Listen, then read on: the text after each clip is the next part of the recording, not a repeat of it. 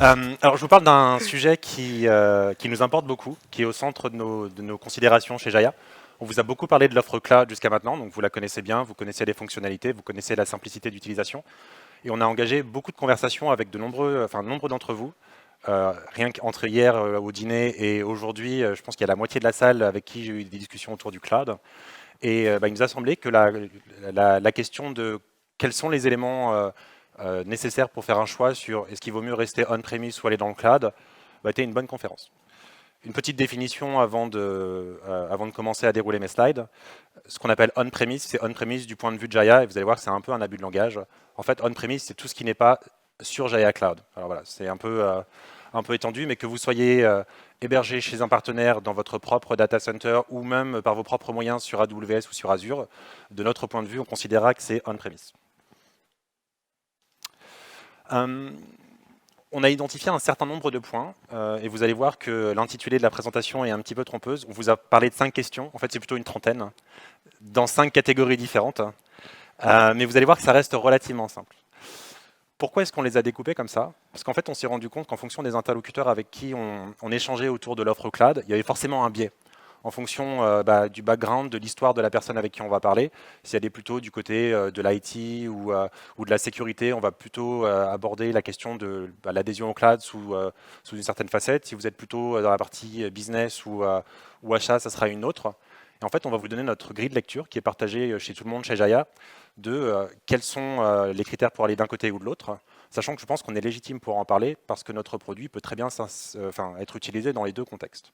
Alors évidemment, on a beaucoup travaillé sur l'offre cloud, on pense qu'elle a de nombreuses qualités par rapport à du on-premise, mais vous allez voir que le cloud ne correspond pas à 100% des situations.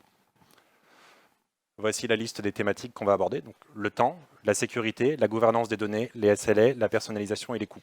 Il y a 6 sections, on vous a parlé de 5 questions. En fait, on a mis la gouvernance des données avec la sécurité et la conformité. Vous allez voir qu'on peut les traiter comme ça. Alors, pourquoi cette présentation? Parce qu'il y a énormément de paramètres qui rentrent en jeu. Et nos équipes commerciales ou nos gestionnaires de compte ont des discussions qui sont parfois très longues avec des prospects. C'est un choix qui est très engageant. Et souvent, les problématiques arrivent les unes après les autres et parfois de manière non anticipée. On vous donne les outils pour faire ce choix. Et la portée est très importante. C'est un engagement sur 1 an, 2 ans, 3 ans, avec des problématiques de réversibilité de données, de sécurité. Vous allez déléguer une partie importante de vos systèmes d'information à un tiers. Donc c'est important de comprendre dans quoi vous mettez les pieds et quelles sont les assurances qu'on vous donne. Alors, le premier aspect dont je voudrais parler, c'est la dimension temporelle, qui peut être vue sous 2 facettes différentes. La première, c'est le temps que va réellement prendre l'implémentation de votre projet, du début jusqu'à la fin, donc un temps calendaire, et le temps qui va être alloué, le temps de cerveau, entre guillemets, aux différentes équipes. C'est 2 choses qui sont très différentes, et il faut faire un choix conscient à propos de ça. Encore une fois, 2 concepts. Le time to value, c'est-à-dire entre le moment où vous décidez de faire quelque chose et le moment où vous en tirez un bénéfice, ou alors du moment où vous avez un retour sur investissement, combien de temps est-ce qu'il s'est écoulé? Et l'accès à l'innovation, qui est également important. Vous payez une souscription à Jaya ou à un autre éditeur logiciel. Jaya, en tant qu'éditeur logiciel, vous fournit des mises à jour régulières, vous pousse des fonctionnalités, vous donne des connecteurs, donc vous apporte de la valeur. Est-ce que vous pouvez en bénéficier? Est-ce que vous êtes toujours à jour? Et là, vous allez voir encore une fois que le cloud est un élément différenciant. Vous allez voir que dans les 5 thématiques qu'on va aborder, il y en a certaines qui seront très en faveur du cloud, d'autres qui sont plutôt en défaveur du cloud. Celle-là, c'est clairement une qui est en faveur du cloud, donc vous avez le contexte. À partir de quand est-ce que vous pouvez avoir de la valeur? Donc, quelles sont les questions à se poser? Quelles sont les attentes de votre management? Quelles sont les attentes de vos utilisateurs ou de vos futurs visiteurs? Combien de temps est-ce que vos équipes vont pouvoir consacrer à installer, monter en compétences, maintenir, à quelle fréquence? Voilà. Toutes ces questions, c'est des questions qu'il faut se poser. Et l'accès à l'innovation est également important. Quel est l'investissement pour vous pour garantir que vous serez sur des logiciels qui sont en dernière version? Et petite introspection, chez vous, est-ce que vos logiciels sont à jour? Est-ce qu'ils n'ont pas été mis à jour depuis 6 mois, 1 an, 2 ans? Sachant que ça a des impacts importants, des impacts métiers parce que parfois ça oblige à faire des interruptions de service, ça a un impact business, ça a un impact financier parce qu'il faut mobiliser des équipes, il faut garder une forme de compétence. Voilà, beaucoup de questions à se poser. La manière dont on a structuré cette présentation, c'est qu'on pose des questions, on vous donne la perspective de Jaya et on fait un récapitulatif on-prem et Jaya Cloud. Donc la perspective de Jaya, c'est que La question de la temporalité est évidemment bien en faveur du cloud. Tout est instantané. On est capable de vous fournir des infrastructures instantanément et on les gère nous-mêmes, donc il n'y a pas d'investissement à ce niveau-là. Tout est compris dans la souscription. Le logiciel est toujours à jour. En revanche, on-premise, il y a toute une phase de conception, d'études, de montée en compétences, de formation interne. Et surtout, il faut aussi budgéter et prévoir les mises à jour régulières. Bon, voilà, un bilan clairement en faveur du cloud. En matière de sécurité, et c'est là où les choses commencent à devenir intéressantes, c'est souvent là où on a le plus de discussions avec nos clients. Comment est-ce qu'on gère la sécurité dans le cloud et quelles sont les questions qu'il faut se poser? Encore une fois, on les prend sous 3 axes différents. On avait la question de la sécurité des SI, de la gouvernance des données et de la conformité. Donc en matière de certification, en matière de cadre législatif, à quoi est-ce que vous êtes assujetti? Alors, qu'est-ce qu'on appelle la sécurité de l'information? On l'a rappelé plusieurs fois aujourd'hui, Jaya a mené un projet de certification ISO 27001. Jaya est officiellement certifié ISO 27001. Donc, on a repris une définition d'ISO 27001 pour définir ce qu'était la sécurité. Nous, ce qu'on considère être la sécurité, c'est la protection de la confidentialité et de la disponibilité de vos données. Est-ce que quelqu'un de l'extérieur a accès à des données auxquelles il n'aurait pas dû avoir accès? Et est-ce que votre site est disponible pour servir des demandes de vos clients ou des transactions? Des questions à se poser. Est-ce que vous allez manipuler des données confidentielles ou régulées? Est-ce que votre entreprise vous impose ou impose à ses fournisseurs des standards ou des implémentations particulières? Et est-ce que si jamais vous faites le choix d'aller on-premise, est-ce que vous avez les compétences pour implémenter ces standards? Sachant que dans l'implémentation de standards et de certification, il y a quelque chose qui est important. Votre société peut être certifiée X ou Y, par exemple ISO 27001. Chaque changement de périmètre à l'intérieur de votre société, par exemple l'ajout d'un logiciel comme Jaya, change le périmètre de cette société et vous oblige à reconsidérer votre certification. Donc, ce n'est pas des choses à négliger.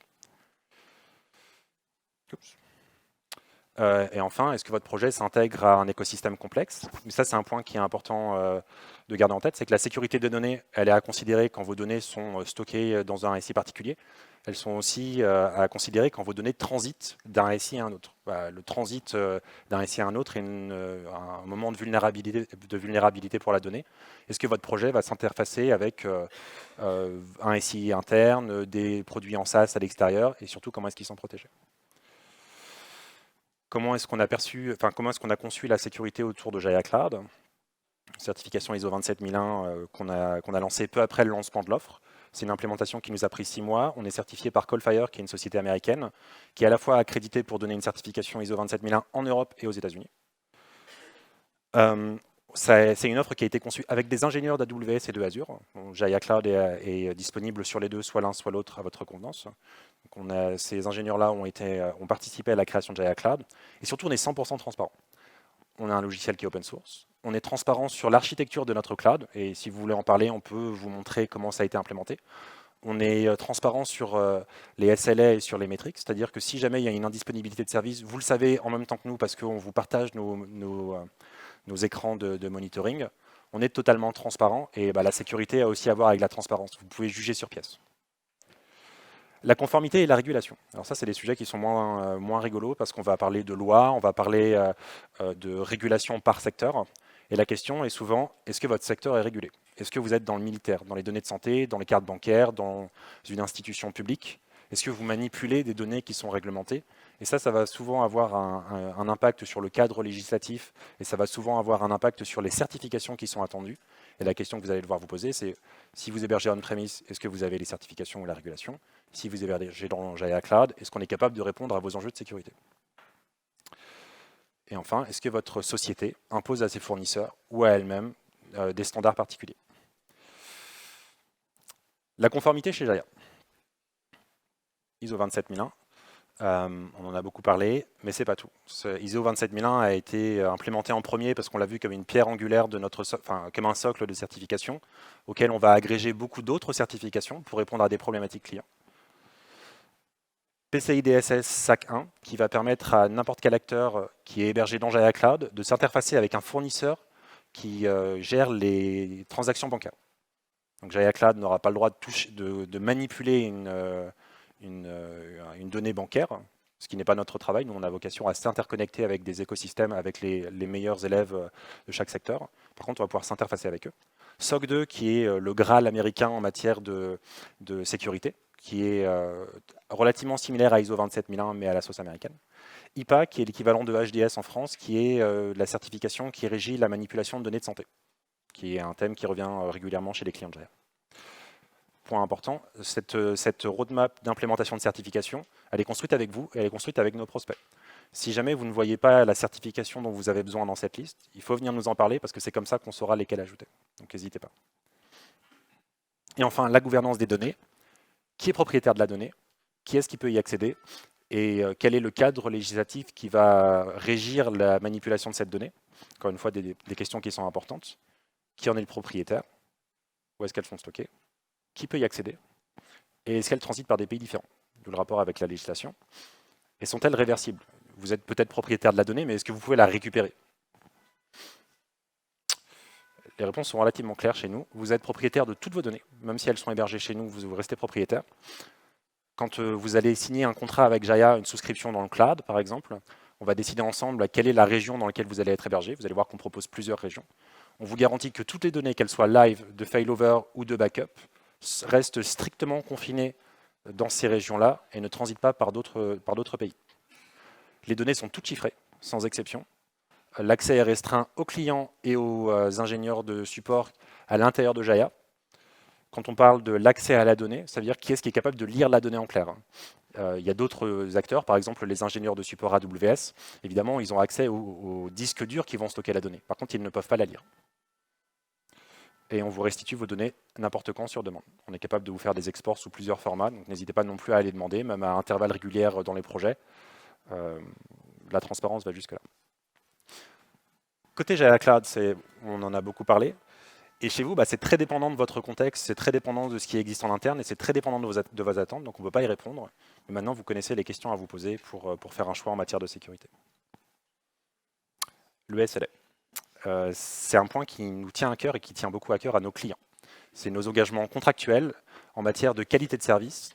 Et la qualité de service, ça couvre beaucoup de choses dans une offre cloud. Ça peut couvrir la disponibilité, ça peut couvrir des temps de réaction en cas de problématiques qui font appel au support.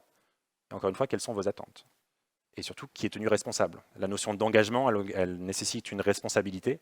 Cette responsabilité, elle doit être accompagnée d'un cadre contractuel et elle doit surtout entraîner des mesures si jamais les engagements ne sont pas tenus. On est très content de s'engager. Quels sont vos standards? Est-ce que vous êtes d'accord pour avoir une disponibilité de votre service de 99,9%? Est-ce que vous attendez plus? C'est des questions à se poser. Qu'est-ce qui se passe en cas de non-respect? Une bonne pratique dans l'industrie, c'est que n'importe quelle infrastructure, quel que soit son mode d'hébergement, devrait avoir un SLA. Elle devrait avoir un engagement de la part de la personne qui héberge. Et cet engagement, il doit même s'appliquer en interne. Si vous auto-hébergez votre application, vous devriez vous astreindre à un taux de disponibilité parce que c'est la seule manière de construire l'infrastructure et l'équipe et le service autour pour répondre à cet objectif. En matière d'engagement, chez Jaya, on s'engage à une disponibilité de service de 99,9%. Ça veut dire que le site ne doit pas être indisponible plus de 8 heures par an. C'est leur engagement. On s'engage à répondre en moins d'1 heure à tous les problèmes critiques, que ce soit 24 heures sur 24, 7 jours sur 7, 365 jours par an. Jaya est le seul point de contact, ce qui est important. En général, quand il y a un problème de production ou de disponibilité de service, là où les choses deviennent compliquées, c'est s'il y a plusieurs acteurs qui sont en charge chacun d'un périmètre. Parce qu'il y a des problèmes d'interface, on ne sait pas qui est en charge de quoi, des fois c'est un problème au milieu. Jaya est en charge de tout, ce qui simplifie énormément les choses. Vous nous parlez à nous et nous on va dispatcher aux différents interlocuteurs la résolution de ce problème. On va rentrer en contact avec AWS, on va rentrer en contact avec des ingénieurs de Jaya qui peuvent être en charge de la résolution. Voilà, c'est pas très compliqué. Et surtout, dans notre contrat, dans notre engagement contractuel, on a prévu des mesures. Si jamais on ne tient pas ces engagements, le service, pendant le temps où il a été indisponible, vous est offert. Donc on a aussi une incitation à maintenir une bonne qualité de service. Côté on-premise, voilà, c'est à vous de définir quel est le socle, quels sont vos engagements, et s'ils sont plus favorables ou moins favorables que Jaya Cloud. La personnalisation, on a beaucoup parlé de personnalisation aujourd'hui, en fait là on parle d'autre chose. On parle de customisation, bon, c'est un mot qui est quasiment rentré en français, c'est-à-dire est-ce que vous êtes capable de tuner votre plateforme pour répondre à vos enjeux. Sachant que là, c'est un avantage très clair en faveur du on-premise. On-premise, bah, vous pouvez tout faire. C'est vous qui avez la main sur tout, c'est vous qui décidez ce que vous faites. Sachant qu'il y a des échelles de qualité de personnalisation. Il y a des choses qui sont réprouvées par la morale, et il y a des choses qui sont complètement supportées. La configuration, le déploiement de modules, ça c'est quelque chose qui est totalement supporté. La recompilation du noyau Jaya ou la modification de fichiers internes à Jaya, ça c'est des choses qui sont complètement non supportées. Dans Jaya Cloud, vous pouvez tout faire qui est officiellement supporté. C'est pas très compliqué. Mais on va quand même vous expliquer quelles sont les limitations. Et on va vous expliquer aussi, est-ce que vous pouvez vous interfacer avec d'autres services à l'extérieur de Jaya Cloud, ou même avec des éléments de SI dans votre propre SI. Qu'est-ce qu'on vous fournit chez Jaya? On vous fournit un logiciel qui est single tenant. Ce mot barbare, il veut dire une chose, ça veut dire que les logiciels qu'on met à votre disposition, ils sont à votre disposition exclusive. Ils ne sont pas partagés au sein de plusieurs clients différents. Ça veut dire que vous avez la possibilité de configurer n'importe quoi. Ça n'aura pas d'impact sur d'autres clients. Ça veut dire qu'on vous laisse totalement la main sur l'instance. Dans les choses qui ne sont pas personnalisables, vous ne pouvez pas personnaliser la web app. Ça correspond à réécrire des éléments du cœur de Jaya. C'est des choses qui ne sont pas supportées non plus on-premise. On ne vous supporte pas si vous le faites. C'est construit dans le contrat. On ne vous limite pas dans les modules et les intégrations, donc les interconnexions entre Jaya et les autres systèmes. Vous avez totalement carte blanche. Vous n'avez pas accès au système de fichiers et vous n'avez pas accès à la configuration des systèmes d'exploitation. C'est des choses qui sont exclusives à Jaya. On a beaucoup travaillé pour faire en sorte que le système soit stable, performant et surtout on s'engage sur la disponibilité des services. Donc on est obligé de vous restreindre à ce niveau-là. Mais ce n'est pas parce que vous avez aujourd'hui dans votre intégration on-premise des choses qui sont sur le file system que vous êtes totalement incompatible avec Jaya Cloud. Il y a toujours plusieurs manières de faire des choses différentes. Et les membres de Professional Services chez Jaya sont capables de vous assister pour migrer d'une manière de faire à une autre. Voilà, bilan relativement simple. Et le dernier point que je voulais aborder, et je l'ai gardé pour la fin parce qu'à mon sens c'est le meilleur, c'est la partie du coût. C'est une question qui est compliquée sur les offres SaaS et cloud en général, parce que ça tient beaucoup à la perception. Et la perception, ça demande de la pédagogie. Et c'est compliqué, c'est compliqué d'évangéliser sur ce sujet. J'ai fait un truc un peu bateau, alors qu'il y a beaucoup de budget dans ces slides. La perception des coûts en fonction de où est-ce que vous hébergez votre plateforme. On-premise, en général, quand vous auto-hébergez, et on vous demande combien coûte Jaya, ce que vous allez répondre, c'est le prix des licences. Dire Jaya, ça coûte tant, parce que mes licences m'ont coûté tant. Ce qui est en général beaucoup moins considéré, c'est tous les coûts de support, tous les coûts d'ingénierie, de montée en compétences, de maintenance, de mise à jour régulière. Tout ça, c'est des coûts qui sont souvent sous-évalués parce qu'ils sont compliqués à obtenir, parce que c'est des ressources qui sont mutualisées entre plusieurs projets. Ça, c'est compliqué. Vous allez voir le budget maintenant. J'ai retourné l'image et les nuages sont en dessous, mais vous comprenez l'idée. Sur une offre cloud, la perception du prix, c'est le prix de la souscription. Quand vous allez demander combien coûte Jaya Cloud, vous allez répondre le prix de la souscription. En fait, il y a quelques coûts supplémentaires, le coût de personnalisation, le coût de formation. Mais vous voyez que la partie cachée de l'iceberg, ou du ciel ici, elle est beaucoup plus réduite sur une offre cloud. En fait, quand vous allez payer une souscription, ça va être déjà une souscription qui va contenir... Est-ce que je peux revenir en arrière? Oui. Qui va contenir quasiment toute la partie qui est immergée ici. Donc ça tient beaucoup à la perception. Et même si vous avez une bonne maîtrise de vos coûts, si vous êtes capable de dire, moi, héberger Jaya, ça me coûte tant, est-ce que vous comparez des choses qui sont comparables? Est-ce que vous comparez à qualité de service équivalente? Est-ce que vous comparez à des sécurités, à des conformités? Combien de personnes vous avez sur le sujet? Et voilà. Et c'est ça qui rend la comparaison des coûts relativement compliquée. Et nous, quand on travaille avec certains de nos clients à évaluer leurs coûts, on se rend compte que l'offre, Jaya Cloud en l'occurrence, est souvent très compétitive par rapport à des coûts internes, parce qu'on a des effets de levier, parce qu'on a une expertise sur le sujet, parce qu'on a automatisé une fois le socle et que cette automatisation, elle bénéficie à tous nos clients. Et voilà, donc c'est un exercice en interne qui est relativement intéressant à faire. Et une petite ouverture. Si jamais, parmi tous ces slides, il y a des éléments qui vous ont fait penser que le cloud n'était pas pour vous, c'est pas très grave, parce qu'en fait, Jaya reste disponible on-premise. Et souvent, quand vous allez sur le cloud, c'est pour bénéficier d'un service et c'est pour bénéficier d'automatisation et de facilité de déploiement. Alors évidemment, la partie service, on ne peut pas vous l'offrir en dehors du cloud. Par contre, en matière d'automatisation, il y a beaucoup de sujets qui sont gérés par le cloud. Alors, c'est un slide que je n'ai pas traduit parce qu'en général, c'est des termes qui sont utilisés aussi en français. Mais voilà, plein de termes technologiques qui sont mis en place tous sur Jaya Cloud aujourd'hui et dont vous pourriez vouloir bénéficier vous-même. Et en fait, il y a des plateformes relativement formidables qui sont sur les clouds publics, qui sont des technologies autour des conteneurs, de Docker, de Kubernetes, enfin tous les concepts DevOps qui vous permettent de manière native de retrouver beaucoup de bénéfices du cloud, évidemment sans le service du 24 heures sur 24, 7 jours sur 7, qu'on est capable quand même de vous offrir on-premise. Et ça, c'est des plateformes, c'est des plateformes qu'on aimerait vous encourager aussi à utiliser.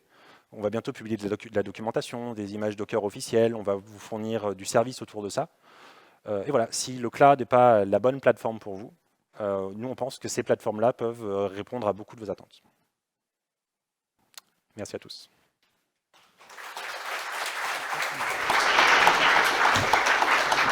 Bon, allez, pour la photo, je me sacrifie, je me mets à côté. Ah. Une petite humiliation de temps en temps, ça fait pas de mal. Hein. Ça fait pas de mal d'être mis un petit peu à sa place. Et en effet, quelques questions. Pourquoi avoir fait le choix de partir plutôt en PaaS, c'est-à-dire avoir une installation quelque part par client, plutôt qu'en SaaS pur? Parce que faire du SaaS, c'est un métier qui n'est pas celui de Jaya jusqu'à maintenant, qui nécessite des fonctionnalités de produits qu'actuellement on n'a pas. Et surtout, on voulait laisser la possibilité à des clients de Jaya actuels de retrouver totalement le set des features dont ils avaient besoin, le niveau de personnalisation qu'aujourd'hui le SaaS ne nous permet pas. Et en fait, quand vous regardez le marché, il n'y a aucun vrai acteur de DXP en SaaS. Jaya est un acteur de DXP, il n'y en a aucun, parce que c'est quelque chose qui est très compliqué à faire. C'est un sujet qu'on a commencé à aborder il y a longtemps et qu'on déroule activement. Pour l'instant, personne n'est mature. C'est clairement notre objectif, mais maintenant, le seul moyen qu'on a pour vous fournir une vraie qualité de service, c'est de faire du PaaS. Mais vous allez voir qu'on va tendre de plus en plus vers du SaaS, et vous allez voir que la plateforme Jaya Cloud a déjà énormément d'éléments de SaaS, et souvent, vous allez oublier la plateforme qui tourne derrière, parce que justement, on a tout automatisé. En fait, c'est ça que je voulais te poser comme question, parce que quand je regardais la plateforme pour la première fois, je me suis dit, tiens, on est en SaaS pur. En fait. Ouais. Finalement, les interfaces sont très standardisées. En quelques clics, on peut déployer des serveurs supplémentaires, on peut faire sa migration. Donc, Et souvent, on nous dit, mais vous êtes du SaaS. Mais en fait, par honnêteté, non. Vous allez manipuler des notions de plateforme, vous allez instancier un Jaya, vous allez lui appliquer de la configuration. Tout ce que vous avez on-premise, vous êtes capable de le pousser directement dans le cloud. On a des procédures de migration automatisées. En SaaS, vous ne pourriez pas le faire actuellement. OK. Très bien. On a parlé de l'hébergement. On travaille avec AWS. On travaille aussi avec Azure, à ma connaissance. Voilà, on est en train de réfléchir à la Chine. Hein. Voilà. Mais si moi, je suis par exemple marseillais, que je ne veux pas que mes données partent aux États-Unis, comment je fais? C'est une bonne question. Alors, il y a deux sujets. On vous propose des hébergements en Europe, notamment AWS nous a suivis, on est en Irlande. Alors, il y a toujours des problèmes de gouvernance de données avec AWS. Même si vos données sont physiquement stockées en Irlande, il y a le Patriot Act, enfin, il y a des textes législatifs aux États-Unis qui permettent au gouvernement américain de réquisitionner vos données. En cas d'acte criminel uniquement. Typiquement, un acte, voilà. Mais on n'a pas de criminels chez nos clients. A priori. Mais ceci dit... non. J'ai pointé dans le vide. Hein. Mais ceci dit, on est vraiment ouvert à accéder à n'importe quelle plateforme. En fait, tout est une question économique. Si on a suffisamment de clients qui nous demandent une plateforme, on vous promet qu'on ira vers cette plateforme. On est complètement cloud agnostique. Et ça ne nous prend pas beaucoup de temps et d'efforts d'être déployé sur une autre plateforme. C'est ce qu'on a fait avec Azure, par exemple. C'est ce qu'on a fait avec Azure. OK. Alors, pour en revenir à la question des coûts, sujet sensible. Qui t'intéresse. Qui m'intéresse. On ne leur donne pas à manger gratuitement pour rien quand même. C'est vrai. There's nothing such as a free lunch, comme on dit en anglais. Attention. Plus sérieusement, sur la problématique des licences. Alors, on est, nous, sauf erreur, sur un paramètre, le paramètre principal étant en fait le nombre de pages vues. Le nombre de pages vues par an. Que se passe-t-il? Je suis un site qui a des pics dus à des vacances ou à des périodes, je dirais, diverses, où je peux voir mon nombre de pages qui triple, quadruple, quintuple, etc. Alors là, il y a deux scénarios. Quand vous allez signer chez Jaya Cloud, vous allez vous engager sur on va vous demander une volumétrie de nombre de pages vues par an. On va dire 250 millions de pages vues par an, ou plus ou moins. Et ça va nous permettre de vous donner une taille d'infrastructure. Encore une fois, on est du PaaS, donc on est une plateforme de PaaS, donc vous voyez l'infrastructure qu'on vous donne. Si jamais vous avez un pic de trafic et que vous êtes capable de consommer, je ne sais pas, sur les 250 millions par an, vous en consommez 100 millions en un mois, la plateforme va automatiquement se redimensionner. On a de l'auto-scaling. Être capable de servir des pics de charge, et dès que le trafic va retomber, on va diminuer. Ça, c'est le point numéro 1. Si jamais vous avez un tel pic de trafic que vous excédez votre quota de pages vues, vous excédez vos 250 millions de pages vues, et ben, là aussi on est élastique et on vous fera une extension de contrat. Vous allez avoir quelqu'un de l'équipe de Jay qui va faire toc toc toc, il va falloir probablement repayer un petit peu. A priori, oui. A priori, voilà, ça a discuté. Sauf si vous avez un très joli sourire. Et voilà, on va réétendre. Mais en tout cas, ça n'a pas d'autres conséquences. On est élastique aussi sur la souscription. Très bien, très bien. Y a-t-il des questions de l'audio sur le cloud? Oui. Ah, merci beaucoup. Et on avait répété avant aussi. En fait, c'est pas. On a la page vue et on a le nombre d'API. Donc et ça, on va vous le mettre dans tous les contrats. C'est-à-dire que vous ne pouvez pas nous acheter juste de la page vue ou juste de l'API. Vous allez sélectionner votre mode principal, mais on va aussi dimensionner de manière proportionnelle le nombre de pages vues ou d'API qu'on va vous donner. On est sur un ratio de 1 à 5. Donc voilà, pour une page vue, vous aurez 5 appels d'API, quoi qu'il arrive. Vous pouvez consommer l'un, l'autre ou les deux. Les parties accès au manager et tout ça, c'est comptabilisé en... Non, c'est pas comptable, uniquement les appels sur des pages vues publiques. Ok, donc pour ceux qui n'ont pas encore vu l'offre cloud, puisque tu n'as pas fait voir les jolies interfaces dont on parlait tout à l'heure, je pense que tu seras disponible à la pause ici là dans le salon avec ton PC pour faire voir à ceux qui sont intéressés. Donc profitez-en, voilà. Par contre, tu feras le plaisir de t'asseoir, s'il te plaît, quand tu présenteras. Merci. C'est désobligeant. Merci beaucoup, Julien. Bravo.